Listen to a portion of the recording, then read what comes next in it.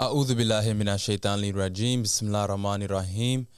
In the name of Allah, the most gracious, the entirely merciful. Salam Alaikum and peace be with you all. Welcome to another episode of the New Islam.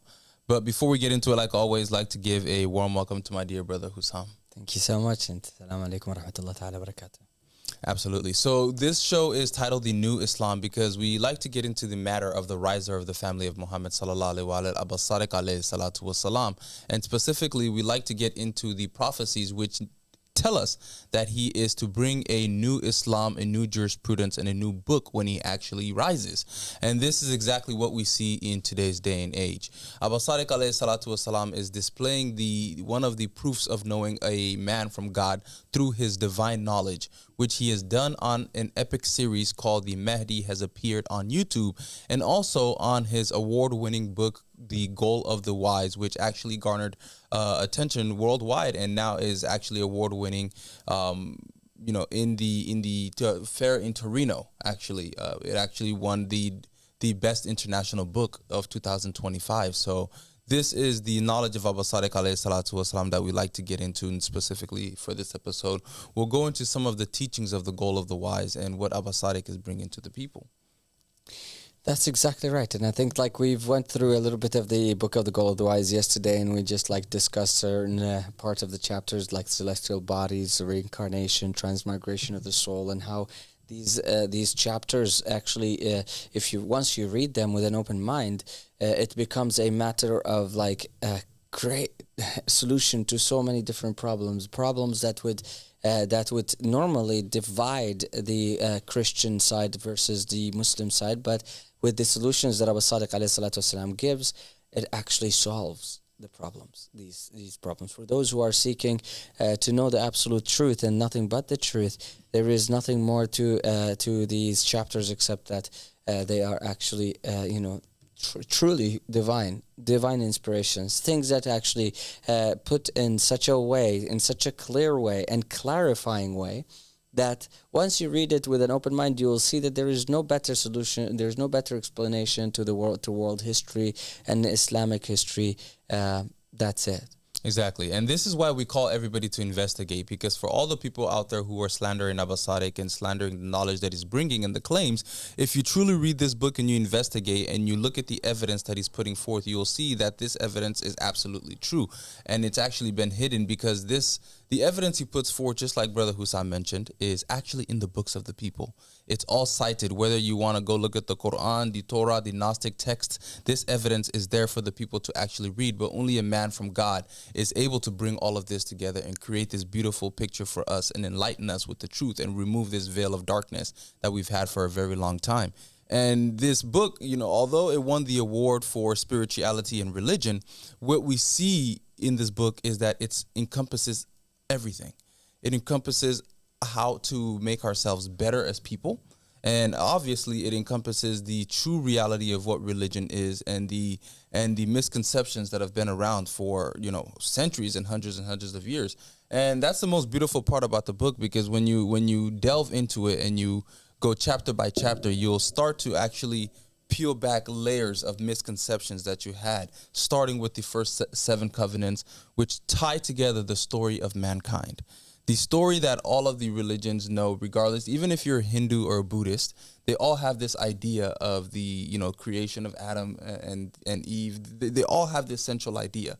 And specifically the Abrahamic faiths, all of the covenants that were made between all of the prophets and messengers, and how it ties into today, and the whole idea that religion has always been a man is evident in this book. And it's something that makes everything so clear. Absolutely. and puts all of the deceptions and all of the extra things to the side. Exactly. And one of the main reasons also is because why this book won this award is obviously, besides the point that it's written by Abas Sadiq alayhi salatu wasalam, who is divinely appointed by God. So that's point number one. But then you have, for example, when you read in it, you'll find explanations for the soul family. Mm-hmm. Something that is so interesting and so intriguing.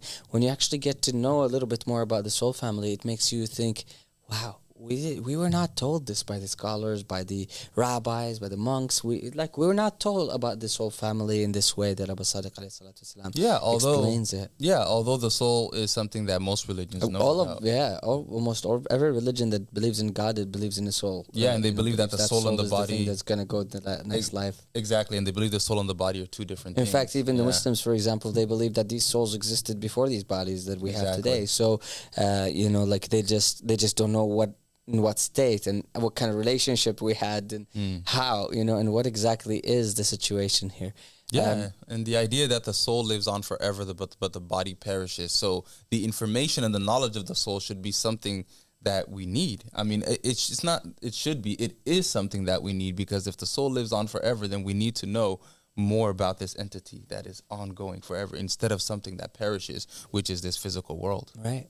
And we have also, for example, chapters such as the nature of reality. That was kind of a trip, because it does go and explain, in such an amazing way, a Quranic verse that kind of made people talk about it for the past 1,400 years. The Quranic verse where it says, when Allah subhanahu wa ta'ala does not shy and give an example of a mosquito or what is above it. Exactly. Yes. That's like it's a lot of people try to make their own assumptions left and right about that specifically, but obviously we know that there is like the reality of what God was talking about is something very deep.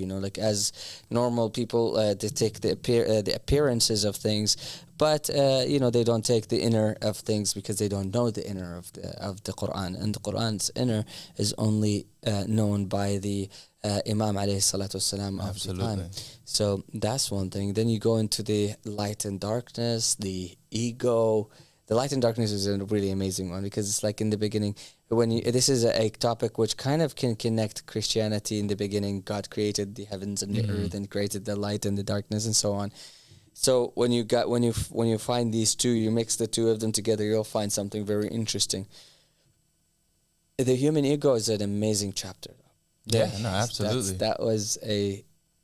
That's a wake-up call for a lot of people. Yeah, and this is the side of the book that, allows us to actually become better as human beings, because it peels back the layers that we've been missing for such a long time. Because at the end of the day, the book going into this concept of the ego and the light and the darkness truly allows us to know that the type of beings that we are and how we can actually achieve God consciousness.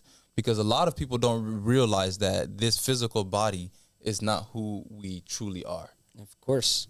Right? Of course. And also going into, how this relates to other texts. When you look at, let's say, the Bhagavad Gita, for example, it goes into teaching such as that as well. And it also stems into Islam and Christianity and all of the religions, and just truly teaches us what this body is and how we are to actually achieve the light and get away from darkness. Because this idea of light and darkness, we all know it exists in almost everything, right?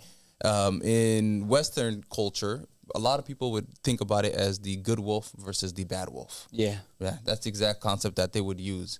And in Abas Sadiq teaches us, Socrates goes about saying that it's like the equivalent of the Hydra, which has multiple heads, and each head is a desire. Exactly. Every time you cut one, there's another desire that grows, and so that grows. So the concept, and then he says that the good self is the equivalent of the lion, and so on and so forth. And then you also have the soul, which is the equivalent of the human, the real human. So he identifies the real human as the soul instead of the physical kind of attributes what we have, like our faces or something like that. So what happens is that when you go through that, you'll find that's very interesting. Abas Sadiq alayhi salatu wasalam goes into a deep kind of explanation about where the ego is, exactly. What is it made of, how to combat it. There's all kinds of solutions here. This chapter is actually super good for your fight against your own self, and it's an improvement and personal development. And if you really want to become a better person in general, you should read the light and darkness, and then we can read right after that the human ego, which will arm you with quite a lot of things that are very, very good and very powerful. Then Abas Sadiq goes into like archangels and jinn, because a lot of people are interested in these things, you know. So, and we know about them. Like, we know that there are believing jinn. We know that there are disbelieving jinn. We know also that archangels are super important in the Islamic literature, and also in the you can say Abrahamic literature in general.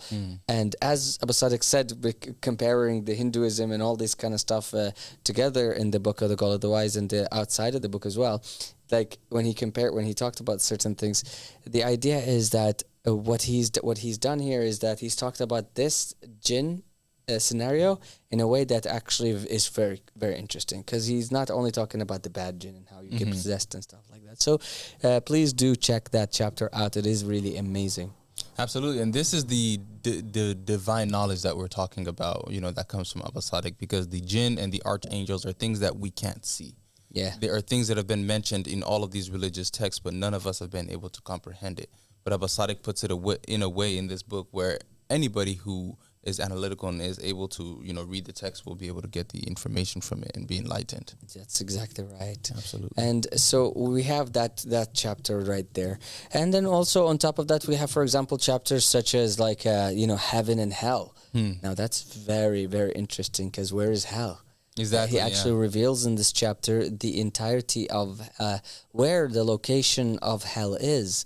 This is chapter 20 in front of your eyes right now, and it's really amazing, because what is heaven, what is hell? This is a topic that has been discussed quite heavily by a lot of people around the world, and this is the idea.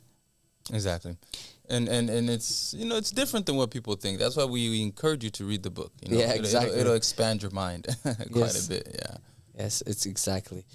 We have, for example, like chapters, like the next chapter after that is the source of evil. And I think that's one of the most important chapters to read, because especially if you're an atheist, you could imagine, or agnostic, or somebody who's in kind of wonderment about what's the wisdom behind Allah subhanahu wa ta'ala allowing evil to exist in this world, or what it is that actually, like, you know, is causing us to suffer in this world. So I think that's one of the most important chapters actually for those who are searching for an answer that is actually sensible, logical, and something that you can actually put your lean on. You know, an answer you could lean on, you could stand on top of it, something that makes sense. The source of evil is very it's very interesting, because it's not something that God Himself created. Exactly.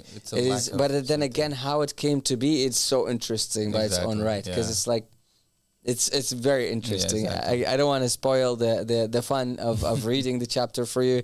All I can do is just hype it up for you so that you can actually go and read it. And once you read it, you will be shocked and you'll be amazed, and you'll think about it, and you'll come to your own conclusions. The next chapter we have is the chapter of karma. Yeah, exactly. Yeah, that's very, very big. Chapter, oh God! Yeah. Without this chapter, actually, Islam doesn't make sense in a way. Yeah. You know, like it's like, what is this karmic justice system? What is the point of the karmic justice system here, where you get damaged here for being innocent? Yeah. And then you go to the next life to be judged. It's like there's like some sort of a discrepancy here. What's going on in the world today? So yeah, and it also you know encompasses the Eastern religions as well, because that's something that's really big. Oh, when it comes for to sure. Buddhism and Hinduism. Yeah, karma. You say karma, it's all the way Asia right away. Exactly. You know, like it's not something that Abrahamic religions would title, but it is the concept of like you know. If you do something good would return. Something bad would return. Exactly. So whatever bad that's happening to you is due to the karmic debt that you've had, and whatever good that you've done. And you could be suppressed too, which would you know, what is the relationship between somebody who's, for example, oppressive versus oppressed? All kinds of things that are in this chapter that will actually paint for you the structure of what is happening in this world, and how you should be careful with your interaction with this world itself, because sometimes what we think is to be something very minor and very small, but it's actually the repercussions of that is quite heavy. Exactly. So this chapter is just another example of, you know, how Abas Sadiq teaches us the true reality of what this world is, right? And our consequences that we have. And this chapter, it's very interesting because he also explains how karma is a way to prove the existence of God. Yeah. Right? The karmic justice system is a way to, you know, prove that there is a higher being that is in charge of all of this. I mean, this is actually an evidence for that. Absolutely an amazing chapter. Yeah. It really is, and I think that's like it's, to be fair, it's actually the argument here for God's existence based on this is an argument that nobody can deny except for somebody who lies to themselves, who's just hiding behind a lie, like because they don't want maybe the kind of how would you say it? They don't want that responsibility. Exactly. Because when you're not believing in God, then you can do whatever you want. Technically speaking, you're not actually held responsible to almost anything except for your society. And if you can get away with it, then you're an atheist. I mean, obviously you got away with it. You're just a smart person. You can imagine. And then you have, for example, chapters like the reality of memories, dreams, thoughts, and imaginations. Abas Sadiq in here goes through some amazing explanation, like dreams. What are they? It's almost like what are memories? Like why do you sometimes walk and have a deja vu feeling or an experience of a deja vu?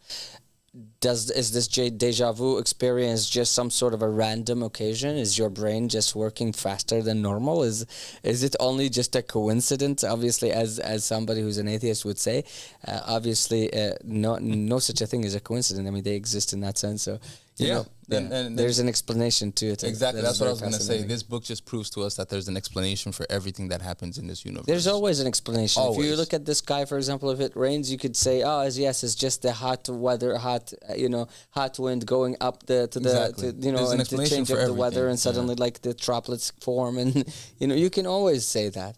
Exactly, but the explanation for the things that are unseen, the things that we can't grasp with our hands, it only comes from somebody who's appointed by God. And obviously, this is just more evidence of obviously, if you imagine, like, if you're being if you're an alien who just visited this planet and you're walking amongst the people and you're seeing them, you could technically explain it as just this is a mammal that is walking around and the chemical reactions are happening, and it's like, it's just a chemical reaction. It's just the heart is just a pump. It's not doesn't do anything. But then unless you're a human being, you don't know how it feels like to have a heart. You don't know what these chemical reactions, what they translate in spirituality. What does it mean? An experience, this heart rate going, or love, or hate, or dislike, or something like this, or pain. What does it actually feel like? What does it actually experience like? So Abas Sadiq alayhi salatu wasalam goes through some things here that are quite amazing. Thoughts, imaginations, what are they? Is there a secret here? Maybe. Yeah, I mean, because it's a very important topic. It's something that we all have. It's something that influences our day to day. So we need an explanation for it. And this is the beauty about this book that we keep mentioning. It's an explanation for every area of our lives. It just makes us a better individual in total. Exactly. Then we get into something very interesting. I just mentioned aliens, and Abas Sadiq alayhi salatu wasalam heard us. So it's aliens are alien life and extraterrestrials. What do we believe in Ahmadi religion, peace and light, about aliens and extraterrestrials? We actually do believe that they exist, and it is something that maybe 20 years ago or 50 years ago, if you had said it, people would would call you like a foiled hat kind of basement person, basement type of personality. But today, if actually it's the opposite. Majority of the actually quite a lot of highly educated professors of astrophysics and theoretical physicists and mathematicians and all kinds of people who have all kinds of clearances in these high level status governments in there. They're actually coming out and we have testimonies of pilots, fighter pilots, who have actually testified to the witnessing of objects that are flying at Mach 20 speeds, and we have actual physical records of these speeds and maneuvers that they do, and entering into water and coming out of water, and like flying submarines type of machines. We have actual footage of objects flying into the sun and out of the sun. Can you imagine that? It's like coming out of the sun, a tube of objects. We can check all that out, by the way. It's all been studied and being being objectively studied by scientists who are themselves actually atheists, who have no hand in, say, for example, spirituality in that sense. So we have the evidence for the aliens physically, and we know that they've visited before, and we know that the descriptions. I mean, just the concept here that we have to connect is is there a link between spirituality and aliens? Is there a link between the religions of the world, or some sort of like a connection between the two? You'll have to find that, inshallah, once you read and you follow Abas Sadiq alayhi salatu wassalam. That's an amazing chapter, by the way. It unlocks your mind into a completely different worldview. Where absolutely. Yeah, because I mean, it lets you know that the aliens, just to a little spoiler, he lets us know that they're amongst us, and he allows us to actually know how to identify some of them in a way. So it definitely changes your perspective. Definitely changes your perspective in the world. Absolutely. And it lets you know that we're not the only ones in this universe. Absolutely. I mean, for sure. I mean, for anyone who's thinking that we are the only ones in the universe, they haven't contemplated yet the infinity of the situation and the eternity of what's going on here, But, continuing, we have the Masakh and the wonders of the animal kingdom. The Masakh, that's something that that can connect to the karma and connect to a lot of other chapters as well. So when you connect these things together, you'll find something very interesting happening. Makes a lot of sense. Yeah, makes a lot of sense, man. And even in the Quran, it's mentioned. It's mentioned in the, in the Hadith books of the Ahlul Bayt alayhi salatu wassalam. It's mentioned in the Asian religions as well. It's mentioned quite heavily everywhere, almost, actually. Yeah, absolutely. And it's one of those chapters that actually makes you rethink your life, right? Yeah. And it makes you kind of like need to be wake up to being calmer in your life, Yeah, so you don't go around doing some nasty things and then you return as a masakh, Yeah, exactly. Masakh, by the way, is the return of a soul from after death into the body of an animal. So we do believe in reincarnation, and this is actually one of the chapters that Abas Sadiq alayhi salatu wasalam talks about. It's the chapter of reincarnation. You'll be able to read about it, inshallah subhanahu wa ta'ala, as well. It is chapter 9. It's earlier chapters, so you'll not be surprised if you had read the book from the beginning. Absolutely, yeah. Yes, masakh is something. We have multitudes of different kind of things that can happen to us all after death. Exactly. We have the masakh, raskh, fasakh, and naskh. These are returning as a animal, returning as a plant, or a plant of any plant, returning as an inanimate object, like a stone or an iron or something, anything, a table, anything that can, anything in this world is an image, in as much as it's an image inside of a video game. It is an image. No matter how you think about it, it's an image. Then you have also naskh, which is returning from one human. So if you had a body of a human, you return as a human. Another human, Yes. And this concept shouldn't be hard for people to accept, especially, when we know that the body and the soul are two different things. So when the soul leaves the body, of course, it can go back into another vehicle. Yeah, and this world is an illusion. We've been told this by all the prophets and messengers, from them is peace, all the enlightened ones. Yeah. So everybody knows. Yes, it's like everybody knows that this world is an image. This world is a simulation. Even the fact of the matter is that the scientists are talking about like simulation theory and so on and so forth. Absolutely, right? Yeah. And simulation theory has been talked about for years now, actually. And a lot of people, in fact, even the highest level engineers, they tell you straight up, like this world is, it's impossible. It's like 1 in billions upon billions upon billions in a statistical kind of possibility that this world is the main world. It's not possible. Zero and many zeros after that. Like chances of to the brain, you cannot even calculate down the amount of zeros. It is literally 0.0000 chance that is going to happen. So this is not the main world. We know that. We die, and we know that. We experience that. We have prophets and messengers who are telling us that. We have people who have near-death experiences, who experience the next worlds. We have people who are going into psychedelics, and they gateway into different planets and different worlds and different frequencies in existence. So and even the idea of virtual reality, if you put it on for long enough, you'll actually forget. Yeah, you'll forget for where sure. You are. Absolutely. So it's the same like, concept. For the sure, same if idea. somebody has not tried that, you should at least once in your life you should try putting on the headphones for more than 3 hours or something like that and play you'll definitely forget where single you are. game. You'll for sure. The only reason you would remember this world is if you're so tired, like you're actually like you have to get out because you're overheated, or if you're like super hungry. That's the only. These are the only two reasons that would kind of like bring you back to this world. If you're eating and everything is clear and you're not doing something very heavy duty kind of game, you will actually be stuck in there for hours, and you will not. Once you take it off, you will think that, whoa, I'm like back in this world now. You know? It will feel no difference between this world and that world, and as much as it doesn't, it feels strange sometimes when you wake up from dreaming and you're seeing that world is more real than this one. Absolutely. It's very interesting. And this is why, I keep saying that Abas Sadiq is actually removing the veil from our eyes, because he literally is. He's actually showing us the reality of what this world is and the falsehood that has been behind it, because a lot of people are really attached to this physical world, but they don't consider the idea that this is not real. And this book actually takes that veil off of your eyes. It's amazing. It really is. It's liberating. It's amazing. It really is liberating. I know, it's amazing. And it's I think one of the things is it is difficult to escape this kind of fake world. It is absolutely. The attachment that we have to this world is so strong that it is very difficult to let go, and it's a very painful process for a lot of people to let go of attachments and to be in a state of state of peace, whether things are taken away or given. Whether you're inserted into a new scenario or out of scenarios, it is not easy. It is not impossible, but it's not easy.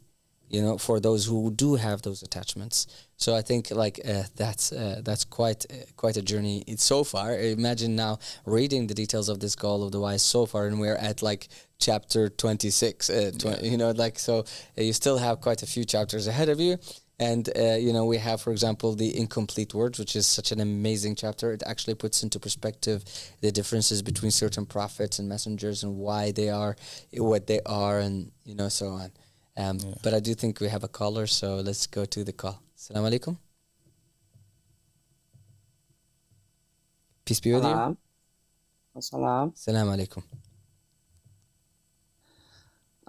I just wanted to know what it is about. What this is about? Like, I wanted more information on what this is about. This is the Ahmadi religion of peace and light. And we are calling towards the appearance of Imam Mahdi alayhi salatu wassalam. We're calling all the believers in God to come back to the supremacy of God, to the choice of God, and to, investigate the matter and investigate the proofs that Abas Sadiq alayhi salatu wassalam has placed on the table for us. As for today's episode, we are going through the Goal of the Wise.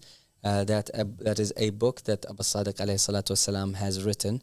And it's about it's an amazing book, compact, full with his revelations and quite challenging information for people who are traditionally orthodox. You could imagine, but it is actually undeniable. It is an award-winning book about spirituality and religion.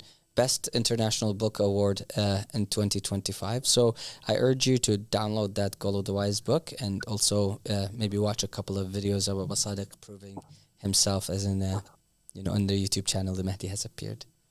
But yeah, I will do that. Yeah, do you have any other question? Is this the first time you hear about us? Yes, it is the first time. I see. Well, prepare to be shocked, my brother. Okay, I will keep on listening. Okay. Thank you so much. Shukran.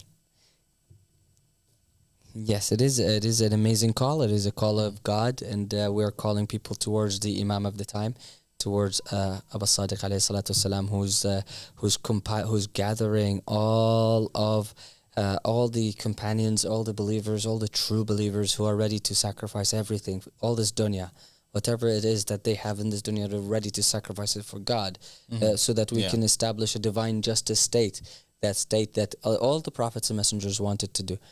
We're not interested in physicality in a way, like, because that is one of the attachments of this world, and we're supposed to fight against ourselves in that way, and we do, and inshallah subhanahu wa ta'ala, one day we all succeed in that, God willing. And so I send you my prayers, because it is the strongest, toughest fight we will ever face in our life. It is the greatest jihad, the greatest jihad. The greatest struggle. The Prophet said about it, it's like, welcome. They came back from battlefield, man. Like, can you imagine? Full on battle, and back then, it's not like the same as now. It's like, it's not from far away and you shoot at each other. No, it's actually like very personal fighting. You get tired very quick, and it's very heavy, and everything is crazy, going intense around you, and it's a sword fight. And they come back from the battle, and the Prophet says, welcome from the minor struggle to the greater struggle. They're all shocked. They're like, what are you talking about, Ya Rasulullah? I just saw people like actually lose their life. Yeah. And he says that, well, it is the struggle against yourself. Now yourself is going to be talking. Now yourself, your ego is going to show. Yeah, I mean, and when you look at it, based off of, the desires that people have, based off of the five senses, it's absolutely the greatest struggle. Once you actually start to realize it, you'll actually, awaken a bit more, come to the reality of things. Yeah, and the next chapter in the book, The Goal of the Wise, chapter 28, is about morals and manners, which is related quite heavily to what we just reached in the conversation. It's almost like a synchronistic kind of event that just happened right now. So what it is that morals and manners, we have to have morals and manners, because, this is our struggle as humanity. We are very selfish. Absolutely. We are very, how do you say it, unmannered in many ways, especially with God.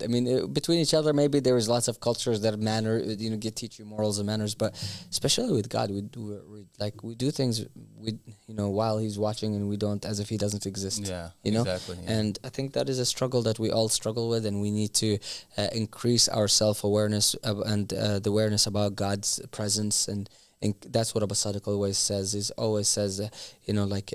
Give, and Ahlul Bayt said that too. They said, give da'wah by morals, manners. Exactly. Yeah. But I do think we have a caller, so let's go to that. Salam Alaikum.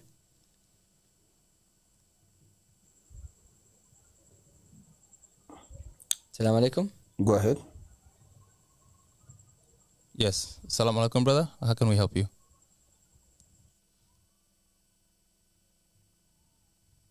Are you there, caller? Do you have a question for us? Maybe you're not hearing us. Maybe there's some technical difficulties. Inshallah, we'll get back to you as soon as it is possible. So, the idea is that I think there's some sort of technical difficulty. We're going to continue, inshallah, subhanahu wa ta'ala. Then there is a chapter that is very controversial. Yeah, I was gonna say regarding the chapter on morals and manners. Can you imagine right away morals, manners, and then hey, let's talk about the corruption of the Quran. That's a big one. That's until now we don't have a day without having people talking about the corruption of the Quran. It is something big, and we understand because the corruption of the Quran. Whenever we say the word Quran, immediately people imagine that this is the Quran, and that's it. That's it immediately. This is the Quran, and how dare you say something like this? It's not about there or not there. It's about being fair and rational and investigating the whole situation until if I find that this book is complete, then alhamdulillah, I can prove it to any atheist. I can prove it to any Christian, right? But if I find not, then I have to continue searching for the truth until I find it. Absolutely. You cannot take, for example, the Christians are born in the Christianity and suddenly they come to you and they say the Bible is completely perfect, and then you go through all the logical arguments and you see this and what is the oldest manuscript of the Bible, and you're talking about that. And when we do the same thing about the Quran, suddenly we're kuffar. And we're not logical, not rational, and we're disbelievers. How does you cannot, once you scale a specific people a specific way, you have to scale us the same way too. Yeah, absolutely. And the corruption of the Quran is one of those chapters where it doesn't take much for you to understand what Abas Sadiq is saying in the chapter, right? because he uses evidence from the books of the people themselves, and he actually uses evidence that is within our hands. He shows you two Qur'ans that actually have two completely different and meanings. he goes through the whole it's argument. It's like exactly. It is literally, brothers and sisters. The idea is very simple. Yeah, it's very very simple idea to understand. Super simple. The Quran that we have between our hands today, who compiled it? Exactly. Oh, Uthman ibn Affan. That's it. So now I can literally, technically say, It's the with the hadith. love and respect, obviously, that it is the book of Uthman about the Quran. The Mus'haf, the Sahih of Uthman about the Quran. I can say that. I can literally say that. Exactly. But we do have a caller, so let's go for the caller. Salam Alaikum. Hi, walaikum salam, Hassam. Alaikum salam, brother Abir. How are you? Not too bad, thank you. How are you? Going, man. It's been on. Fantastic. I just wanted to quickly just mention something around the previous chapters that you were talking about, the word being assimilation, and how, you know, you can use VR sets, and obviously your body, it kind of goes within the game almost. It kind of treats it to be real. And I think I just wanted to make like a loose connection. I just wanted to get your thoughts on this as well. I used to work in tech, you see, and the gaming industry is like, it's really fast evolving to a very scary level, in the sense that obviously graphics are improving, VR and augmented reality is coming into play as well. Very soon we're going to have video games and simulations within our screens, which are going to be super stimulating for children and people in general. Like, they won't be able to, as you mentioned, differentiate between the real world and video games. And I think I just want to make a loose connection. I wanted your opinion on this as well. Like, I think like when you are living more consciously, and you are, you know, battling your ego, and you are controlling your desires, and trying to obviously take a control of your sort of bodily sensations and your body and nafs in general, I feel like it makes you more aware of being in the real world as opposed to being in the simulated world. And so I almost feel like when I listen to Abas Sadiq from Him Is Peace, it feels like he promotes living very consciously. So like, you have to be very aware of, and even linking back to karma, you have to be very aware of your words, your thoughts, your actions. And when you live consciously, you're actually living, as opposed to the simulation running you. So I just wanted to say that. I don't know what you guys think of that. Yeah, no, that's a really, really, you know, good and valid point, because just like you mentioned, when you start to actually discipline yourself and discipline your five senses, what you realize is that you start to become the soul. The soul starts to shine through the individual, and therefore you actually are able to view the body and the ego from a third person perspective, and you are actually detached exactly from this physical world. So that's a great point. Absolutely. Yes, absolutely. I think I agree. If we want to start living, we have to actually start by becoming God conscious. And when the more you are God conscious, the less you become ego, because the more you are God conscious, the more you want to do what God wants instead of what you want. And that's when your ego fight kind of starts, you know? Yeah. So when the more God conscious you are, the more ego death you confront. That's, I think, it's like goes hand in hand, right?